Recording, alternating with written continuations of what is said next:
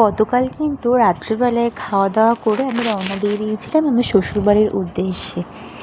তো আমাদের বাড়ি থেকে তো গাড়ি করে ধরো 10-12 মিনিট লাগে, আর না হলে একটা বাসে করে কিন্তু চলে যাওয়া যায়, বাস থেকে নেমে একটুখানি।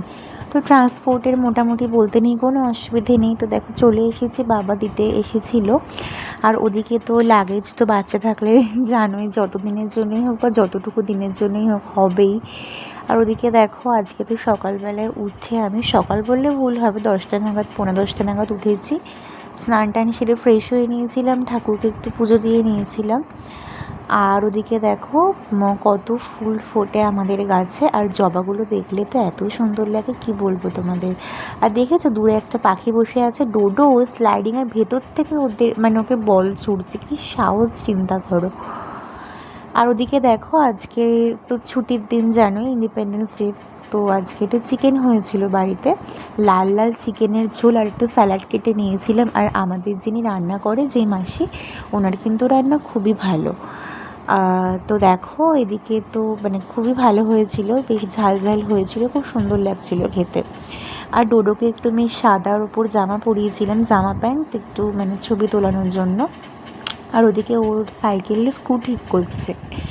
ছেলেদের এই গাড়ি আর গাড়ি, যাই হোক। তারপরে না মানে ওকে ঘুম পাড়ানোর পর আমি লাঞ্চ সেরে একটু এসেছিলাম আমাদের ছোট্ট ছাদটায়, একটু গাছগুলো অনেকদিন দেখিনি দেখতে।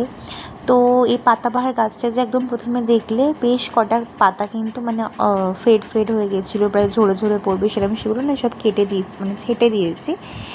তো তারপরে দেখো কি সুন্দর লাগছে আকাশটা। তো সবগুলো গাছ তোমাদের একটু দেখিয়ে দিলাম। আর জানো তো আজকে কি হয়েছে, আমি এগুলো করতে করতে একটা কেমন আওয়াজ শুনতে পেলাম। তারপরে যেন দেখলাম দুটো কুকুর, মানে আমাদের বাড়ির এখানেই থাকে, একটা বেজির বাচ্চাকে মারলো। কত তাড়ানোর চেষ্টা করলাম, একটা কথাও শুনলো না, এত খারাপ লাগলো না কি বলবো। তো যাই হোক আজকে একটু রাতের বেলায় একটু ডমিনোসে গেছিলাম।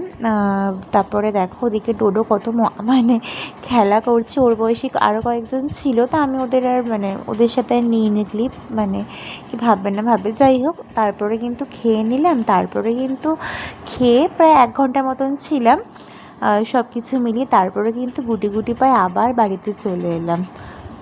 তো গুড নাইট বন্ধুরা।